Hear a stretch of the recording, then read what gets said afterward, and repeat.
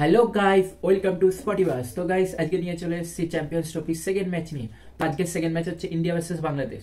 তো আমরা সবাই জানি পাকিস্তান চ্যাম্পিয়ন্স ট্রফি হোস্ট করলেও ইন্ডিয়ার ম্যাচগুলো দুবাইতে হবে, বিকজ অফ ইন্ডিয়ার সাথে পাকিস্তানের একটা পলিটিক্যাল রাইভেলরি আছে, তাই জন্য তো ইন্ডিয়া পাকিস্তানে যায়নি। তো দুবাইয়ে এই আজকের ম্যাচটা আয়োজিত হবে আজকে 20 ফেব্রুয়ারি। তো 2:30 থেকে ইন্ডিয়া ভার্সেস বাংলাদেশের ম্যাচটা শুরু হবে। আর সব থেকে বড় কথা যে ইন্ডিয়ার প্রতিটা ইন্ডিয়ার স্ট্যান্ডার্ড টাইমে প্রতিটা ম্যাচই 2:30 থেকে শুরু হবে।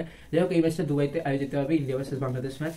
ভার্সেস বাংলাদেশের এই ম্যাচটার নিয়ে প্রিভিউ, অ্যানালিসিস আর হচ্ছে প্রেডিকশন করব, আর ফ্যান্টাসি 11 নিয়ে। তো গাইস, শুরু করা যায়। তো আমার মতে ইন্ডিয়ার হয়ে খেলবে হচ্ছে রোহিত শর্মা, তার সাথে শুভমান গিল ওপেন করবে, 3 বা 1 ডাউনে বিরাট কোহলি, 2 ডাউনে Shreyas Iyer, 5 KL Rahul as a wicket keeper, Hardik Pandya 6, 7 Rabindra Jadeja, 8 অক্ষর প্যাটেল, আর 9 হচ্ছে কুলদীপ যাদব। আপাতত কিন্তু আমার মনে হয় বেশি কেউ খেলাতে পারে, কেন জানি না, মনে হচ্ছে। আর 10 হচ্ছে হর্ষদীপ সিং আর হর্ষিত রানা, সেটা ডিপেন্ড করছে, কারণ হর্ষদীপ সিং ডেথ ওভারেও বল করে। প্রথম তো ফার্স্টে স্টার্ট তো করেই, কিন্তু ব্যাপারটা হচ্ছে ওদিকে হার্দিক পান্ডিয়া আছে, তো ফার্স্টে স্টার্ট করার মতন হার্দিক পান্ডিয়াও আছে। আর মিডিল ওভারে হর্ষিত রানা ভালো উইকেট টেকিং, যেটা যদি ভিসি আর হর্ষিত রানা মিডিল ওভারে উইকেট নেয় তাহলে সেটা খুব প্লাস পয়েন্ট। যদি প্রথমে উইকেট পড়ে একটা দুটো, বা মিডিল ওভারে উইকেট পড়ে ভিসি আর হর্ষিত, যদি দুজনেই একসাথে খেলে বা যে কোনো একজন খেলে, আর লাস্টে তো ডেথ ওভারে তো উইকেট পড়েই, সে যতই ফাটা পিছক যাই হোক, প্রথমে যতই উইকেট না পড়ুক, লাস্টের দিকে মারতে গেলে উইকেট পড়ে। খুব রেয়ার, খুব 10টা কেন হয়তো 100টার মধ্যে 2-3টে ম্যাচে হয় না যে লাস্টে উইকেট পড়েনি, কিন্তু লাস্টে বিশেষ করে ওডিআই ক্ষেত্রে উইকেট পড়বেই, কারণ ওরকম হয় না যে পুরো 0 উইকেটে কেউ খেলে গেছে এরকম, বিশেষ করে ব্যাটিং ফার্স্টের দিকে। আর মোহাম্মদ সামি আমার মতে। আর বাংলাদেশের হয়ে যারা খেলবে তারা হচ্ছে তানজিম হাসান, সৌম্য সরকার, নাজিমুল হাসান শান্ত, তরিত হৃদয়, উইকেট কিপার 5 নম্বরে মুশফিকুর রহিম, ঠিক আছে, বা জাকার আলীও খেলতে পারে। 6 মোহাম্মদুল্লাহ, যিনি রিসেন্ট টাইম খুব ভালো ফর্মে আছে, বয়স হয়ে গেছে কিন্তু ভালো খেলছে, ঠিক আছে, মেহেদি হাসান মিরাজ। 7 8 হচ্ছে রাশিদ হোসেন, 9 হচ্ছে তাসকিন আহমেদ, আর 10 হচ্ছে নাদিম রানা, আর লাস্ট 11 নম্বরে মুস্তাফিজুর রহমান। তো এটা হচ্ছে ইন্ডিয়া আর হচ্ছে বাংলাদেশের পসিবল প্লেইং 11, কিন্তু জানি না, এটা চেঞ্জ হতেও পারে দু একটা। আই থিঙ্ক যেরকম জাকার আলী খেলতে পারে, মুস্তাফিজুর রহমান, বা দুজনেই খেলতে পারে কোনো একজনের জায়গায়, সৌম্য সরকার বা কারোর জায়গায়। আর তো আমার মতে এই ম্যাচে fantasy playing 11, I think Mustafizur wicket keeping করবে। ব্যাটে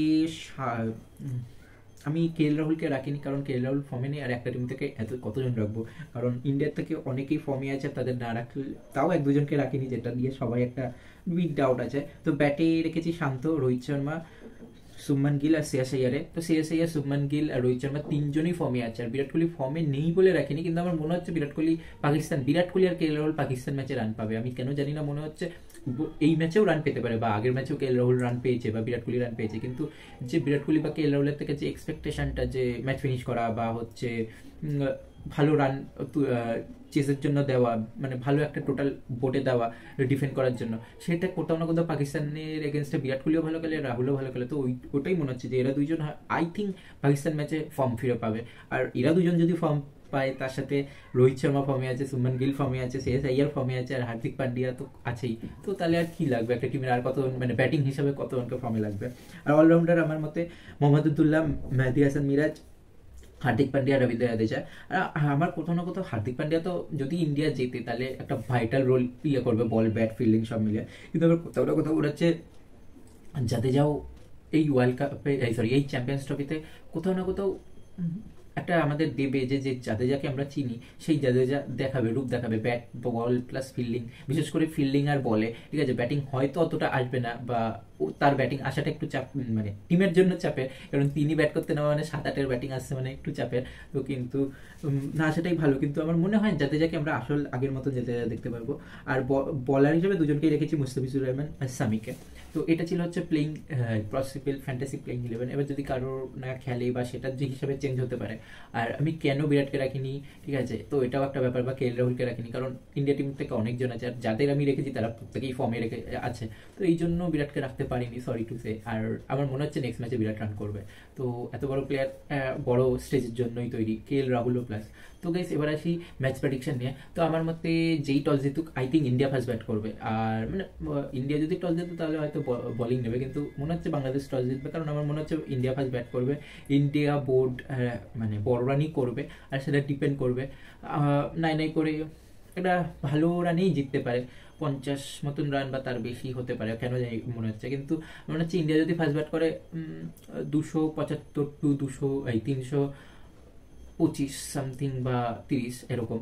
আর যদি বাংলাদেশ ফার্স্ট ব্যাট করে তো 240 থেকে 200 বা 90 বা 300 ক্লোজ, তো এরকম একটা কিছু। কিন্তু আমার মনে হচ্ছে ইন্ডিয়া ফার্স্ট ব্যাট করবে আর ইন্ডিয়া জিতবে।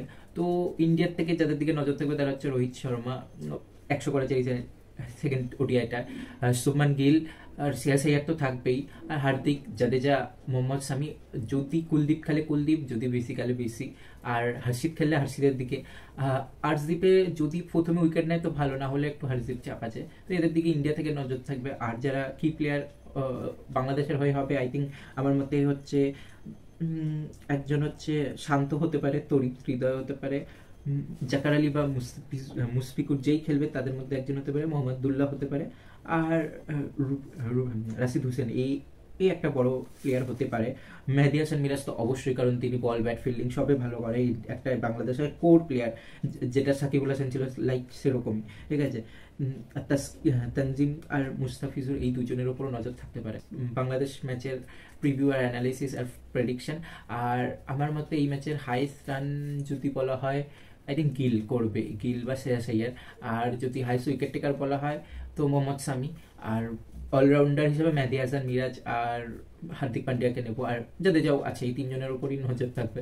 তো গাইস এই ছিল ইন্ডিয়া ভার্সেস বাংলাদেশের ম্যাচের প্রিভিউ, অ্যানালিসিস আর প্রেডিকশন।